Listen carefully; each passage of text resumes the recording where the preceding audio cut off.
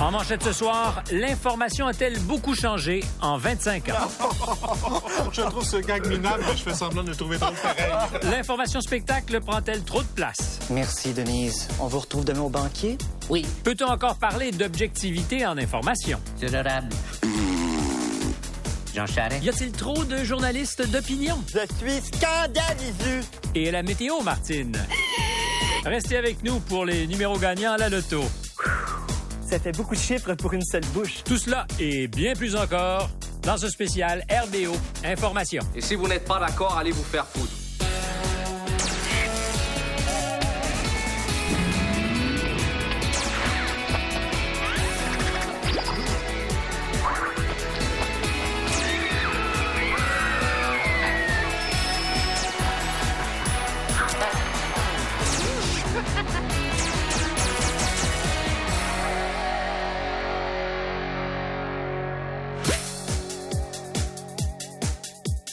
Rebonjour. Hey, c'est beau ton sous-sol ici, vraiment. Vous aimez? C'est une maison formidable. C'est quelque chose. C'est une maison exceptionnelle, j'en conviens. Non, mais tu devrais commencer à la caméra. Mesdames et messieurs, bonsoir. Mesdames et messieurs, bonsoir. Stéphane Bureau reçoit. Mais fais-moi plutôt Aujourd'hui- Robert Guisculi, parce qu'en regardant le matériel, je trouvais que c'était certainement de tes émissions une des plus réussies. Mesdames, Messieurs, bonsoir et bienvenue à Impact. Aujourd'hui, l'homme qui veut renverser le destin de la métropole américaine, New York. Ce soir, l'équipe d'Impact, c'est-à-dire moi, se penche sur les notions de la nouvelle robotique new-yorkaise, sur les risques d'une déflagration sur le siège de l'ONU à New York, et finalement, comment Montréal peut-elle prétendre être la périphérie de New York? Quand vous amorcez vos premières émissions à CIBL, est-ce qu'il y a une intuition que vous allez vous faire plaisir en parodiant les médias et particulièrement le monde de l'information? Ben, en regardant les parodies de bulletins d'information qu'on a faites, je trouve qu'il y a un mot qui revient, c'est crédible. Ils sont crédibles. On a vraiment l'impression de voir un bulletin d'information. Bonsoir mesdames et messieurs et bienvenue à Montréal ce soir. Ici Marie-Claude Lavallée. Bonsoir Bouchetrou. Bonsoir, Marie-Claude. Et Bouchetrou, il s'en est passé des choses aujourd'hui. On va découvrir ce que nos couturiers nous réservent pour la mode printemps-été. Bah oui, soyons optimistes. Le printemps et l'été vont arriver, oui, quand même. Faut y croire, hein, puis, un jour. Et en prévision de l'arrivée de ces deux saisons fort attendues, les couturiers montréalais ont présenté leur collection de 1989. Très joli, n'est-ce pas? Oui, c'est très joli. Alors là, pour chacun de ces bulletins-là, il y a une déclinaison. Le côté convivial de Montréal ce soir, appuyé. Tu as l'impression qu'il y a un patron qui est arrivé un matin qui a dit « Nous serons plus Nous allons conviviaux. » avoir du plaisir. La formule est un peu guindée, donc déguindons-la. Des guindons. Charles Tisser, en terminant, une image mystère qui avait l'air d'une grosse pâtisserie, mais je pense que si on parle de pâtisserie, il faudrait parler de pâtisserie aux fruits de mer. Oui, c'est le cas de le dire, parce que c'est l'aquarium de Montréal. Vu comme ça n'a pas l'air d'un aquarium. Et Bouche, quelle était la photo mystère ce soir? C'était le stade olympique, Marie-Claude. Et certains ont déploré son inutilité. Et parlant d'inutilité, on va aller rejoindre Roger Laroche dans son cochon de surveillance. Et au cours des prochaines heures, donc, pour les automobilistes, ça va aussi encore demeurer compliqué. Il y a un embouteillage chez Pepsi, mais tout devrait rentrer dans l'ordre assez rapidement. Allez jouer dans le trafic, Roger. Bon souper. Alors, c'est tout pour ce soir. À demain. Ça, c'était gros. C'était gros, là. Puis il se regardait même pas. Il était supposé interagir. Puis bonjour, comment vas-tu? Puis là, tu sais, genre, chacun pour son contact. Mais ça te montre aussi comment l'information a changé. Parce qu'un bulletin de nouvelles lent comme ça n'existe plus. Bonsoir, ici Pierre Proton, et bienvenue aux informations TVA. Excusez-moi un instant.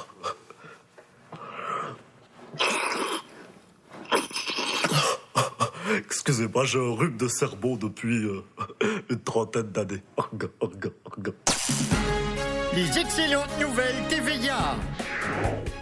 Bonsoir, ici Sophie Thibault et bienvenue aux Excellentes Nouvelles TVA, une division de Québécois. Maintenant, ce que je remarque aussi, c'est qu'il y a beaucoup de commentaires. Même les lecteurs de nouvelles font du commentaire. De T'as le l'éditorialisme. reportage qui se termine et t'as le lecteur de nouvelles qui dit c'est pas une très bonne nouvelle pour le ministre.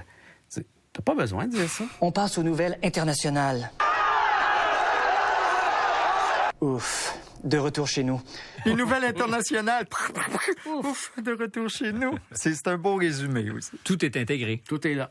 En fait, c'est la programmation complète de la station qui est dans un bulletin de nouvelles. On rejoint Louise Potlimondo qui nous parle d'un tout nouveau produit disponible à la boutique TVA. En effet, Sophie, il s'agit du Home Taser, le tout nouveau pistolet à décharge électrique personnel multi-usage. C'est qu'on a traité la parodie du genre de la même façon qu'on faisait le téléroman ou la publicité. Donc, on a fait ressortir qu'il y avait des personnages là-dedans, des personnalités. Je vous rappelle que l'individu criminel qu'on est à la recherche depuis 1 mois serait dans une Honda brun qui aurait été aperçu en Abitibi ainsi que quelques heures plus tard en Colombie-Britannique. Les 2 étés où j'ai remplacé Paul Arcand, j'ai eu Claude Poirier devant moi tous les jours. Donc plus préparer ton Sans imitation. le savoir, je savais pas que j'allais un jour l'imiter. Moi, tout ce que je faisais, c'est de l'observer avec ravissement. Quand il est sérieux et quand ça va faire, là, c'est la main. J'ai reçu du monde dans ma boîte vocable qui prétendent que l'individu en question serait derrière moi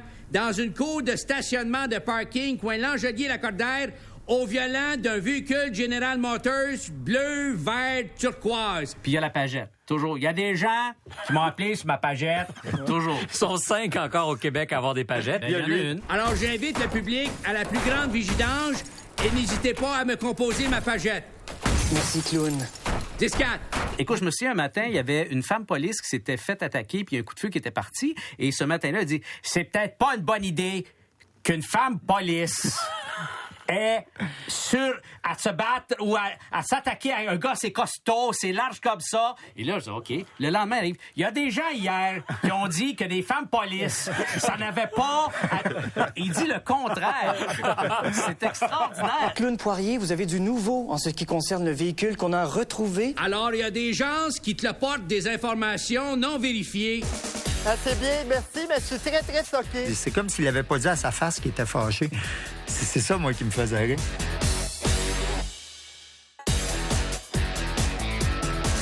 Il y en a qui disent que le Journal de Montréal, c'est pas un journal pour les intellos. Supposons qu'il y a un accident de machine, puis un gars qui s'est fait écrapou. Ben moi, je veux voir des photos de l'écrapou. Je m'en sac du texte. Le Journal de Montréal. Nous autres aussi, on s'en sac du texte. Contient de l'écrapou. C'est pas fou. Revenons sur certaines des parodies. Caméra 88, parce que c'est peut-être oublié par beaucoup de monde. D'abord, le contexte. On est à 4 saisons et c'est probablement, avec votre émission, une des 2 seules émissions qui marche très bien la première année à 4 saisons. Et le début de l'info spectaculaire, là, où tu essayes de faire des effets avec des zooms. Influencé par la télé américaine. Les Américains faisaient beaucoup ça, un reportage choc. À la 60 Minutes, ça a moins intello, avec moins d'entrevues, puis avec surtout des sujets inusités. Ici Madeleine Roy, à Caméra 88 ce soir. Un chauffeur d'autobus scolaire pédophile qui se nourrit de couleuvres vivantes dans sa maison souterraine construite avec des ossements humains. L'hypnose. Savez-vous vraiment ce que c'est que l'hypnose et à quoi ça sert? Un nouveau phénomène dans les bars de la province. Les batailles d'handicapés dans le jello. Et aussi... Notre super quiz, êtes-vous raciste?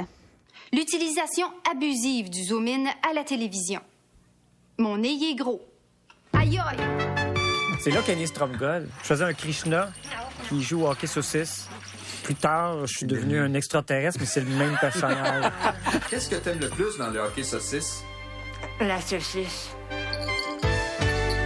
Ah, mais c'est bon pour la généalogie de Stromgol, qu'on retrouvera d'ailleurs sur le plateau de Denise Bombardier, qui dénonçait la télévision sensationnaliste. Bonsoir, ici Délire Bombardier et bienvenue à Saison Pension. Contrairement aux autres émissions concurrentes, la mienne ne sombre jamais dans le sensationnalisme. André, je te pose une question. Tu l'as tellement bien, Denise Bombardier. Oui. Est-ce que c'est vrai qu'il faut admirer la personne qu'on imite pour la faire aussi bien? Je ne crois pas. En fait, ce n'est pas nécessaire que la personne que l'on imite nous admire pour qu'on puisse la faire. J'accueille aujourd'hui pour vous, avec beaucoup de retenue et de pudeur, un authentique extraterrestre. Il s'agit de Monsieur Stromgol.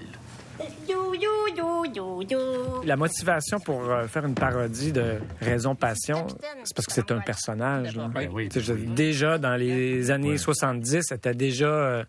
flamboyante et spectaculaire. Mais Claire Lamarche, c'était comme Denise Bombardier, une personnalité aussi. C'est une personnalité. Bonsoir et bienvenue à ce premier droit de parole de l'année 86 qu'on commence en beauté puisqu'on vous présente un droit de parole aux beautés rares. En studio, on a une vingtaine de gens très laids et avec moi, ça fait 21. Un premier témoignage, oui monsieur. C'est vrai que t'es laide! Bon. Donc, c'est un peu précurseur, je pense, que le droit de parole de toutes les émissions américaines. Citoyennes. De citoyennes. Bon choix. Est-ce que vous en avez vécu de ces coups de foudre-là ou si vous avez connu des réactions très vives sur le plan émotif des gens qui vous entourent? Moi, je me suis fait traiter de tous les noms. Pizza, furoncle, trognon, sauce à Big Mac, vidange, Jean-Nicole. Meilleure chance la prochaine fois. Comment vous la définiriez, vous, la beauté? Il n'y a pas juste la beauté, hein, il y a aussi l'intelligence.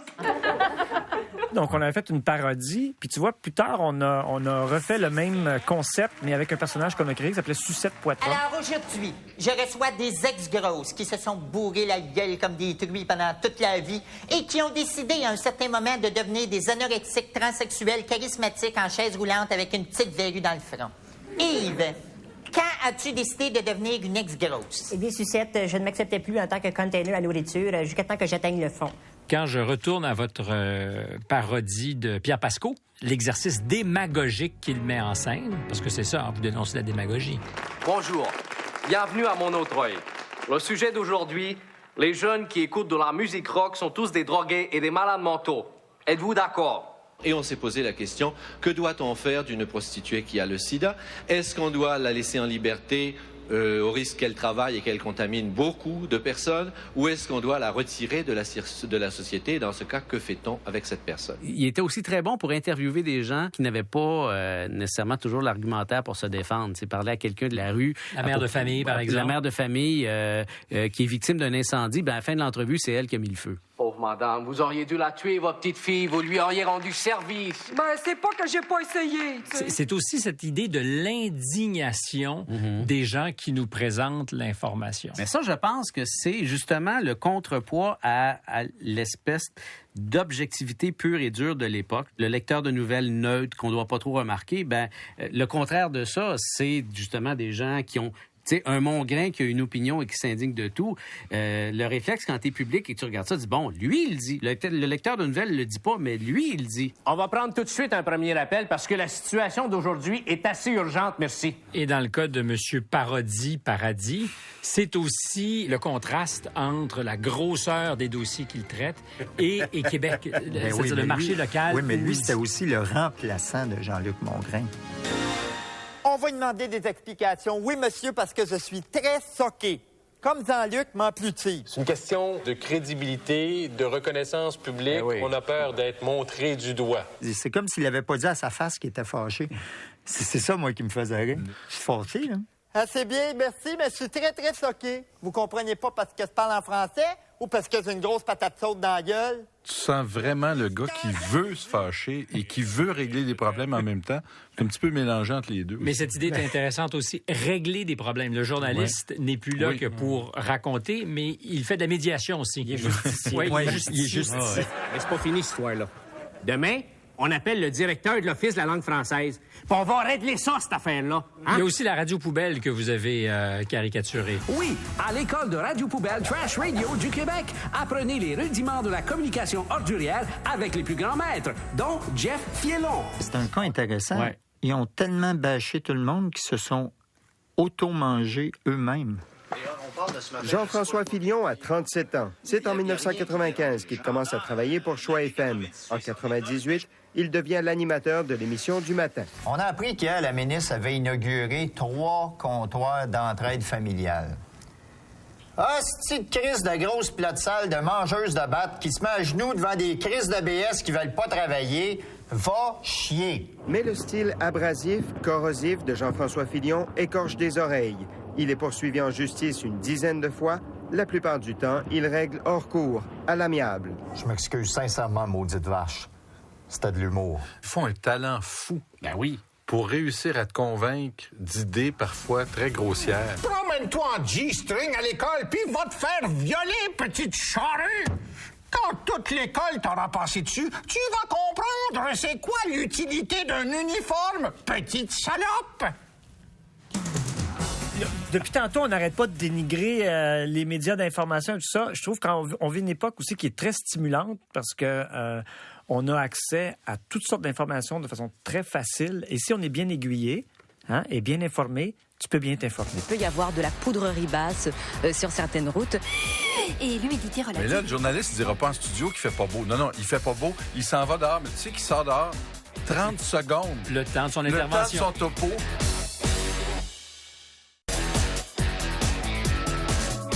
Ça, là, c'est un journal de Montréal.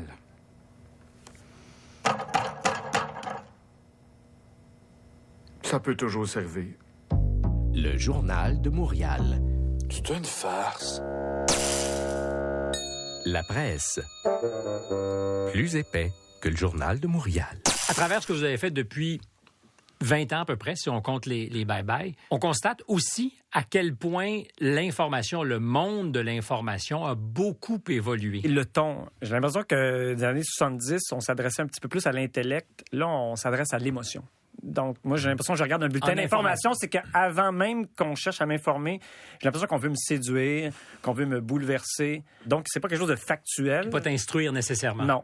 Un chien a été écrasé. Dans le domaine des chiens écrasés, le petit Benji de Sherbrooke s'est fait écrapoter par une machine dans la nuit d'hier soir. C'est spectaculaire, le changement de ton. Ou dans le cas de Repulse, un anglophone a été frappé. A car accident killed an anglophone today.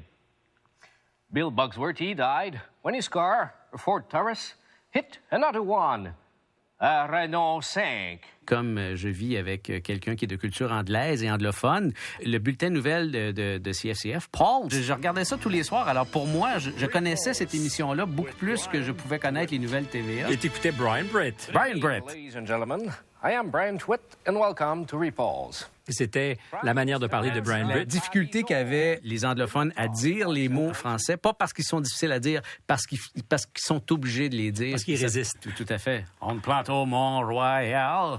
Très difficile à dire. It appears that Mr. Bugsworthy was lost on the plateau Mont-Royal, that he could not read the word arrêt. Mais on parlait aussi d'informations que personne regarde, comme les Maritimes en direct ou l'Alberta en direct. L'Alberta du Nord-Est en direct. L'Alberta du Nord-Est en direct. Bonjour, mesdames et messieurs. Bienvenue à l'Ouest en direct. Ici Roger des Grandes Oreilles et bienvenue à l'Alberta du Nord-Est en direct.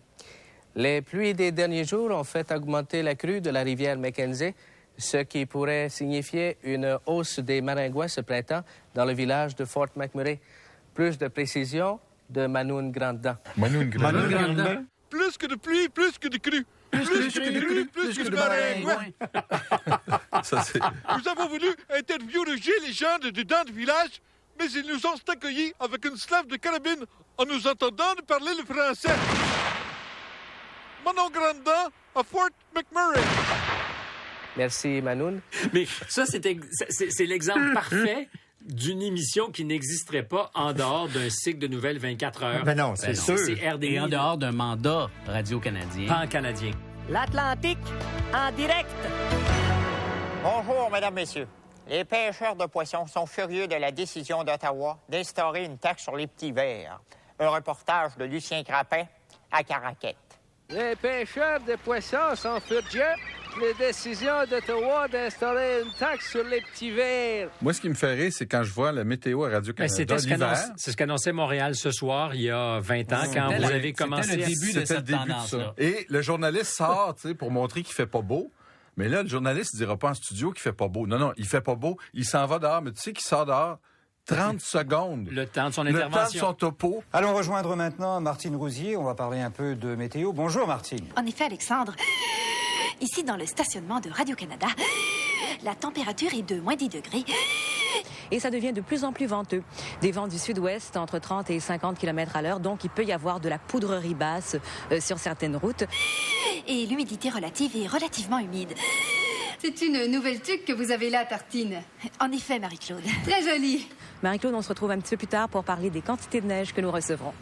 Joyeux Noël, Martine. Quel beaux effets spéciaux à Radio-Canada. C'est incroyable ce qu'on peut faire dans les studios. Oh non, c'est la réalité. T'es pas obligé d'être dehors. Tu s'en vas t'asseoir à côté sur le terrain. Montrer qu'on est dans le monde. Sur le fameux terrain. Le fameux terrain. Comme Richard La Tendresse caché dans dans les latrines. Dans les latrines. En Afghanistan maintenant, le pire ennemi de nos soldats est caché. Richard La Tendresse en Afghanistan. Richard, vous êtes là? Alors, Sophie, je suis présentement avec une escouade de soldats canadiens à quelques dizaines de mètres d'un repère de talibans. Et en marchant ou en roulant donc sur quelque chose qui déclencherait ça, la charge explosive lèverait comme ça et donc détruirait par le dessous le véhicule qui passerait dessus. Êtes-vous en danger, Richard? Chut, Sophie, pas trop fort, on pourrait nous entendre. Hey, La Tendresse, tu fais quoi, là? Mais ce qui me fascine en vous écoutant, c'est que quand on appuie sur ce bouton, vous avez beaucoup d'opinions et ça vous passionne. C'est intéressant, l'information. Il y a une dope là-dedans. Là. C'est donc dire que l'époque serait extrêmement fertile pour RBO aujourd'hui. Il y aurait beaucoup de choses dans le monde de l'information qui pourraient vous intéresser. C'est sûr. Mais tu vois, depuis tantôt qu'on te laisse même pas parler, là. C'est sûr. Combien de fois ça t'est arrivé dans ta vie qu'on te laisse pas parler? Pas souvent.